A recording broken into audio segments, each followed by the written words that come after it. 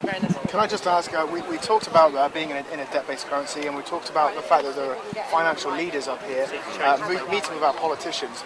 Would you like to go on comment on camera what your opinion is about how much sway those financial leaders have on the people making policy in this country? Well, I think they obviously have a great deal of influence over the decisions that are being made, central bankers and bankers.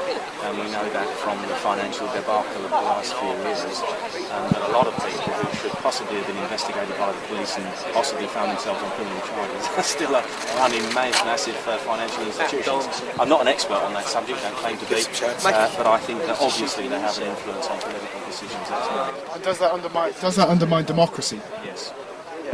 And would any members of UKIP, if they were invited to the Bilderberg meeting, would they attend, do you think? I don't think so.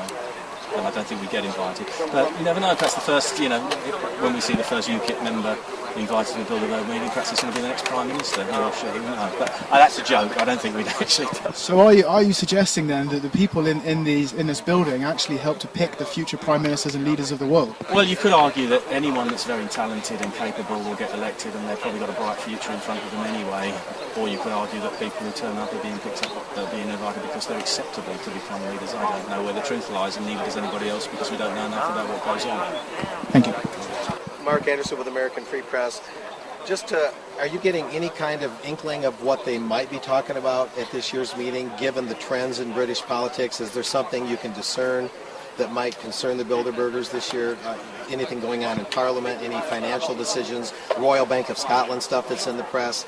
Is there anything that you know of that might play into their meeting in terms of their agenda, their planning, their discussions, their deals? I think if you look at the official list of topics that they're going to discuss, one of them is politics in the European Union. And I think it's got to be a big thing on their agenda. The collapse of the European single currency, the possible collapse of it, and that major crisis that it's precipitated across the Eurozone countries. That's got to be big on their agenda. I would also imagine that what's going to be on their agenda is the rising tide of anti-EU sentiment around Europe, significantly in the UK, where you're seeing my party, the UK Independence Party, get more and more votes. We had a major breakthrough a couple of weeks ago in the local council elections, where we got 25% of the vote. And the UKIP tends to be more sceptical about the consolidation of the European Union? No, we're not sceptical at all, I'm afraid. We think it's a thoroughly bad idea, and we want to leave the European Union, so there's no room for scepticism. We've made our decision really to Gianni Pittella, who's Vice President of the European Parliament, spoke to the Brookings Institution recently and said, we need a United States of Europe, not just a European Union, and by getting a United States of Europe, by consolidating Europe even further, we can save the euro. What do you think about that? Do you think that would go across their meeting this weekend? I'm sure they'll be discussing that, and in fact the whole European integration project has been driven by the United States over the last 4 or 5 decades. They put lots of money into the groups that actually agitated for the European Union before the European Economic Community was set up. We know from the historical record that CIA pumped money into the 1975 referendum in Britain when they put money into the Yes campaign. So the American foreign policy has always been about European integration. Of course, as Henry Kissinger said a long time ago, who do I phone when I want to talk to Europe? They want one centralised authority. So this is going back 1975 when the European Union was still forming. It goes back longer than that. I mean, the Americans have been in this since after the Second World War in the late 1940s. And again, all this is a matter of historical... Since the European coal and steel community, all that. Yeah, they always agitate. There's always an element of their foreign policy that they wanted to bring this about. Now, Pittella also said Europe needs one army, and the European Central Bank should be a lender of last resort modeled along the Federal Reserve.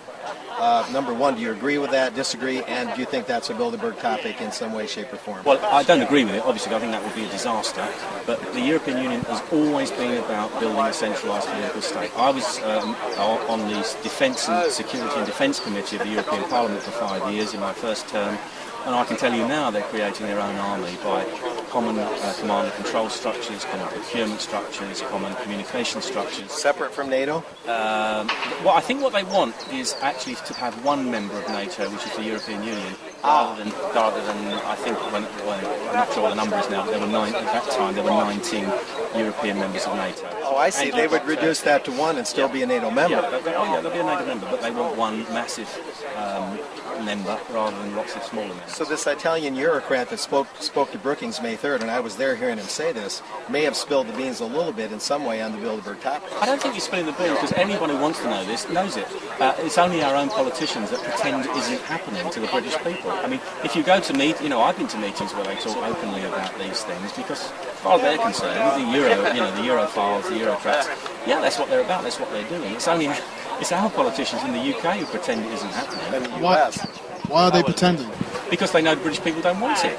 I was at a public meeting where I think it was the German Interior Minister and a prominent German MEP. We were discussing this subject, and one of the members of the public said, well, isn't this really about creating a European army? And they replied, well, yes, it is, but we can't call it that because people don't like it, especially the British. But the politicians are mandated to act on behalf of the people, so why, if they're doing something that is actually not in the people's interest, does that not break some form of constitution? Yeah, but the people go on voting for them, don't they? So most Labour Conservatives sit in safe seats. They can more or less do what they like, and they're going to go on keep getting elected under the first post system. At least that's the way it's worked until the current time. So they don't really care what people want or don't want, because they're going to do it anyway. This is why I, for a long time, was an advocate of proportional representation, because I think it would shake up the whole system and allow other people to get elected. And I think the way my party is steaming ahead now, we've had a massive breakthrough in the local elections 2 weeks ago, and got 25% of the vote. I think we have now a real possibility of achieving seats in the House of Commons in the next general election, and that will shake the whole thing up. And that's the only way it's going to be shaken up. We live in a democracy, people have the vote. If they go on voting for these people who do the things that they don't want, then they've got no one to blame it themselves. But they have to have an alternative to vote for, and my party is trying to supply that alternative. For the record, would you state your name and position again? Yeah, I'm Gerard Batten. I'm a member of the European Parliament for London for the UK Independence Party. Spell your last name. B-A-T-T-E-N.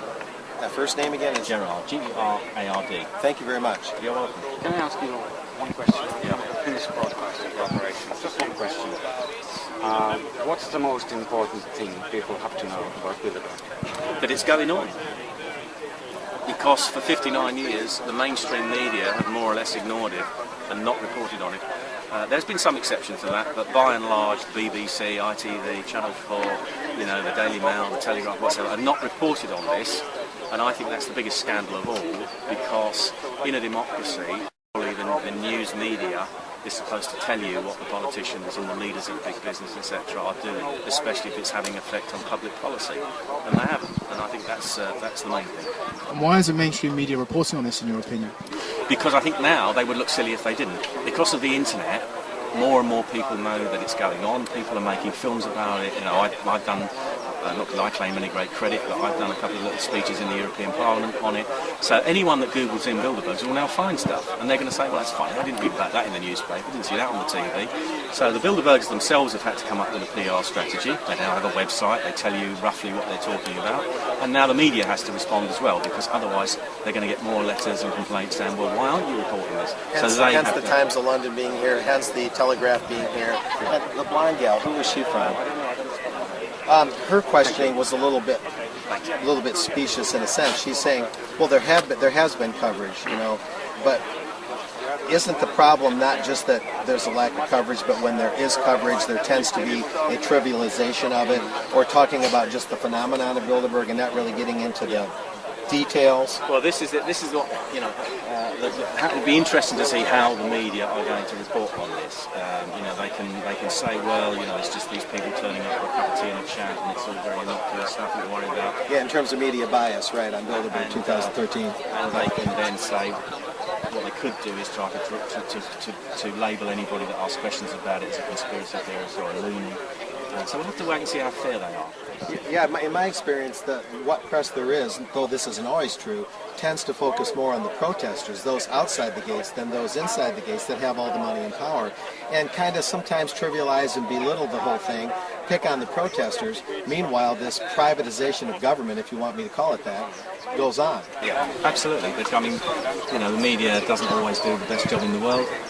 They should be concentrating on what the significance of that meeting is, not the fact that somebody turns up here with a loony T-shirt. Or Yeah, a loony regardless slogan. of the points of view that the protesters have, they're entitled to their point of view. Yeah, exactly. And I don't think that's the important thing. The important thing is what's going on over there, because this field is full of motivated people who bother to turn out. But there are millions of people sitting at home who'd like to know who's making the decisions that affect their lives. Perfectly sane, rational people. Do you think the mainstream media in the past and with these big issues actually help to sort of further the interests of globalists and the sort of the corporate elite by deliberately not covering these stories? Well, you've got to look at who owns the media. You know, you've got press barons, you've got TV barons who are connected with the kind of people that are over there having a meeting. So some of whom attend, such as Donald Graham of the Washington Post, oftentimes. And you've got to ask yourself why the media print certain things and not other things, and the kind of things that they focus on. I mean, we live in a very kind of celebrity, trivia-driven, news agenda now. You can't pick up them. Like last week, the big story in the front page of some of the newspapers was David Cameron having a cappuccino with his wife because he's gone on holiday, and yet you've got some of the most important people in the world over there, and this is the first time they've ever come to report on it. So let's see what angle they use to actually. I understand Cameron's skipped coming to Bilderberg this year. I'm hearing from MP Meacher and others that he didn't come. No, he's not on the list, and I'm not sure that residing prime ministers do go. I mean, I do read that Mrs. Thatcher went in 1989 to one in Spain, I think it was, and then she was removed a year or two later. So it may be too risky in his own country, at least. Well, I'm not sure that I don't know how they arrive at the guest list, but I can't remember, apart from Mrs. Thatcher, if she did go, and I've read that she did, I don't know of any sitting prime minister who's been since. It might be too high profile to. And I read President Obama went to one, but I don't know whether he actually did or not after he was elected. But George Osborne and Kenneth Clarke are expected to be here. Well, yes, and George Osborne is the second most important man in the government. He's the Chancellor of the Exchequer. And then Mr. Clarke is a... Well, Mr. Clarke has been coming to these meetings for decades. Is he an MP now? He's an MP. Yes. He's a minister, but he doesn't have a defined job because he tends to upset the public in the jobs that he does have. So he's what's called a minister without portfolio. So one could almost argue that Osborne is here for Cameron. Well, I don't see how you can have the second most important person in the government coming to a meeting like this and he doesn't have some kind of official capacity. Yeah. And I wrote to George Osborne, I think it was in 2011 if I remember correctly, when he came to the one before, and asked him what capacity he came in and who paid for it, and I didn't get a reply. And I wrote to, excuse me. So let me get this. And this is MP Gerard Batten continuing the American Free Press and other interview here on the British government at Bilderberg 2013. You were saying? I did write to Kenneth Clarke, and in fact he wrote me a very courteous reply. The MP, Kenneth Clarke. Yeah, that's right. And he was very nice. He said mine was one of the more sane letters he'd ever had on the subject. And he said that basically they sit around talking about the future of the world. There's nothing to worry about, and it's all very, very innocuous. So they sit around talking about the future of the world, but there's nothing to worry about. Yeah, there's nothing to be concerned about, basically. I can't remember his exact words, but basically it was a reassuring letter. So if there's nothing to be concerned about, why make it so secret? Why not come out publicly with what's been discussed? Well, this is exactly it, isn't it? Either it's important or it's not. If it's not important, why do they all come? If it's important, why should it be a secret? Yes, that really sums it up. Michael Meacher described this as a world government after going on about democracy for 20 minutes. And I put it to him that if you're talking about a world government that nobody voted for, then democracy is completely gone. Well, Britain isn't a democracy anymore because most of our laws come from the European Union. They control now almost every aspect of public policy, and that's decided by the Commission.